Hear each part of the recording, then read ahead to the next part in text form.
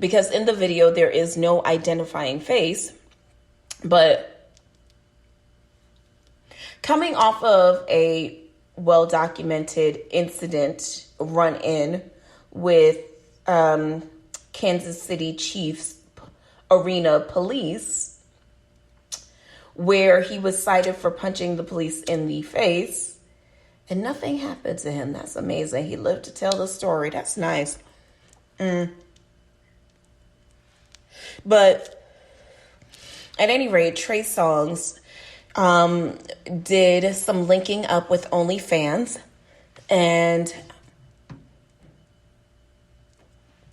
I guess was managing to get some things on video, which includes getting himself a nice oral treatment from a young lady. Now, if this is in fact Trey Songz in the video, the internet was led to be abuzz because this person was giving large and in charge. And so, you know, I get what the fascination could be. I really do. But you guys, I don't know. I just don't. Y'all see it for him like that? Listen, I'm not out here getting any either, but I guess it's nice to look at, right?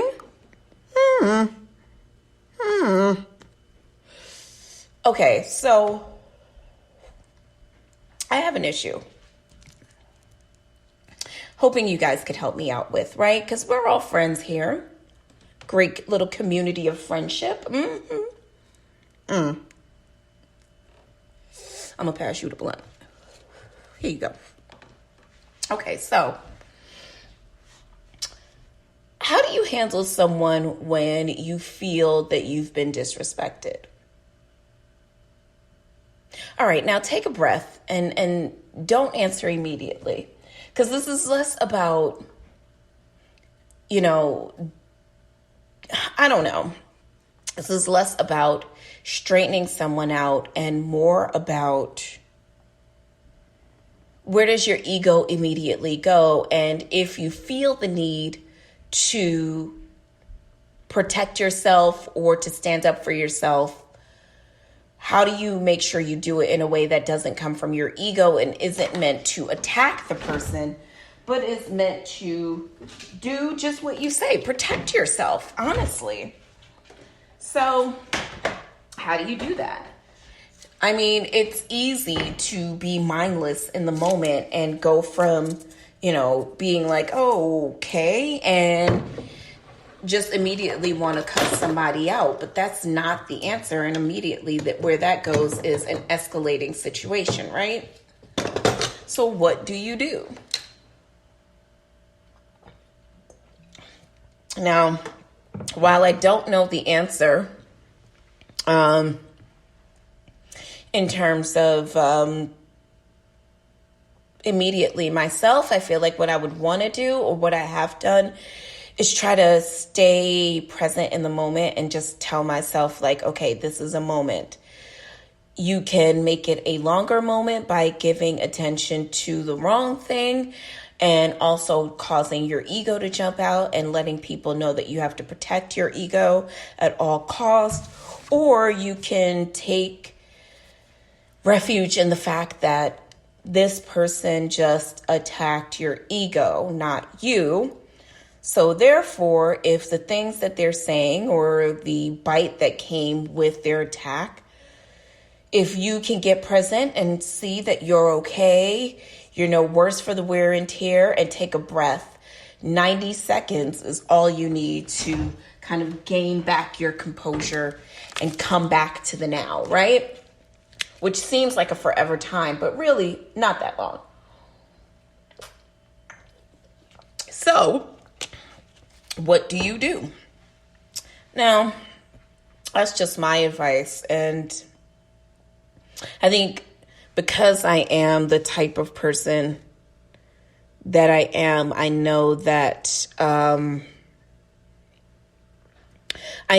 for me, at least, I need to be able to say something post that. Like, I can't just, at least if it's someone that I care about, I need to be able to say to them, like, hey, you did something offensive. I didn't necessarily like it. And,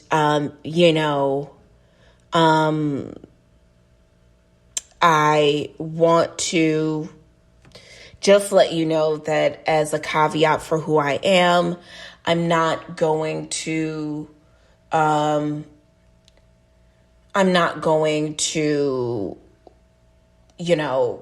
engage in this relationship if you feel like that's the way that you need to handle me. But, I also learned that this week that the ego is a very fragile place. I had to, and I guess we're going to just slide right into the setting, But, one of the things that I had to personally deal with for myself this week was kind of looking down at my own exit wounds for getting out of a significant, or at least still trying to be strong enough to exit a relationship that hasn't been serving me. And while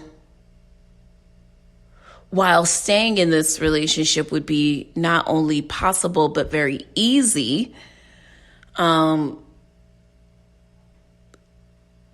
is also on the kind of dichotomy side. It's also really hard to digest for the most part. I mean, I've always romanticized this relationship or that person or why I felt the need to be with that person. But the honest to God truth of the fact is that person actually had no redeeming qualities about them that merited me wanting to not only stay, but stay for an abusive situation, which, I had to check myself. Whenever you have to check yourself for like, what is so hard about walking away from a relationship that doesn't serve you? Like, what is it that you're staying for? Is it that you don't want to be lonely? Is it that you are afraid that you won't feel this way about anyone else? Is it, what is it? Because this person didn't treat you very well. We don't have any kids. We don't really share mutual friends. So why is there a hesitation to be able to say, you know what, I've had enough? And I think a lot of it is my own ego and having to look at myself and say, like, really, what is it about it? And it really didn't boil down to him or the relationship. It really boiled down to me. What was it with me that felt like I could stay in something so toxic? Now, the first examination that I had to do was, there was a bullet hole there that was large enough for me to examine the ego from the standpoint of wanting to be chosen. I wasn't sure if I actually even loved him when I examined that wound. I loved him, I cared about him, but I wasn't even sure that I loved him. You know what I mean? Like, I wanted to stay because I wanted to be loved and I wanted to be chosen. And I liked the way it felt to be loved and chosen by him in the moments that it felt very loving. But too oftentimes it didn't. Too oftentimes it felt hurtful and it felt shameful. Like, me loving him felt shameful because, we talk often about guilt versus shame, and guilt tells you that you did something wrong. Shame tells you that you are wrong. I felt shame for being in this relationship with someone who would physically and verbally challenge and abuse me. And yet still, I would still show up at his altar for love. So yeah, I wanted to be chosen. I wanted to be the one. I wanted him to show the world that, like, you see, I chose her. And when I examined past wounds from past lovers, I also realized that in many cases, I was looking to be chosen by them too.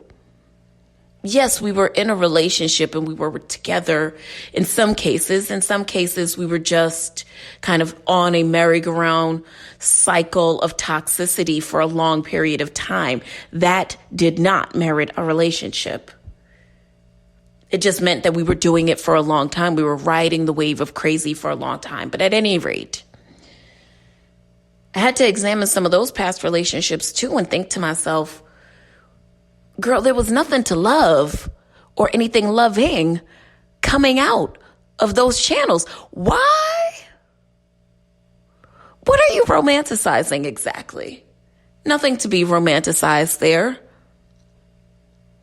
Yes, you guys had really amazing moments of bliss. But the overall culture, the overall theme of the relationship was one of longing and sadness and resentment and abandonment and lying and betrayal. Lack of consciousness, lack of mindfulness. I wasn't present.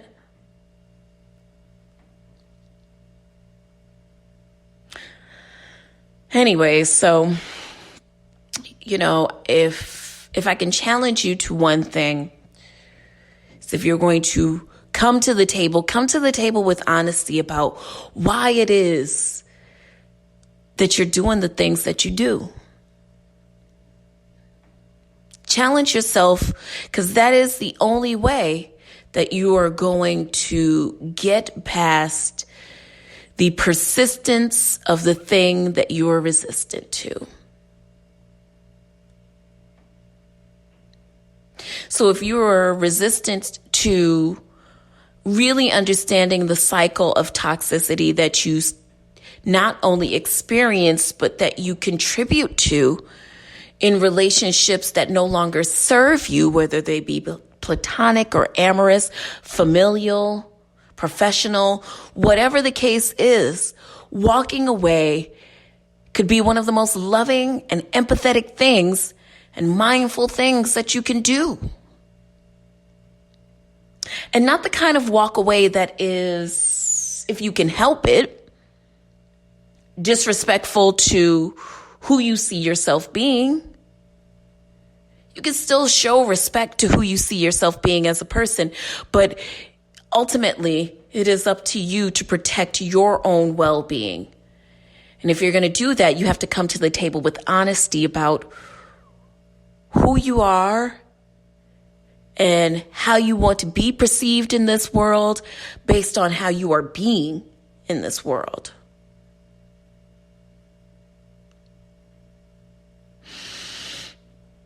I did a meditation this morning of love and peace and joy and, just kind of fluctuating in my mind between feeling my sensations in my body versus not feeling them. And it wasn't that they would disappear. It was just that I was able to take my mind away from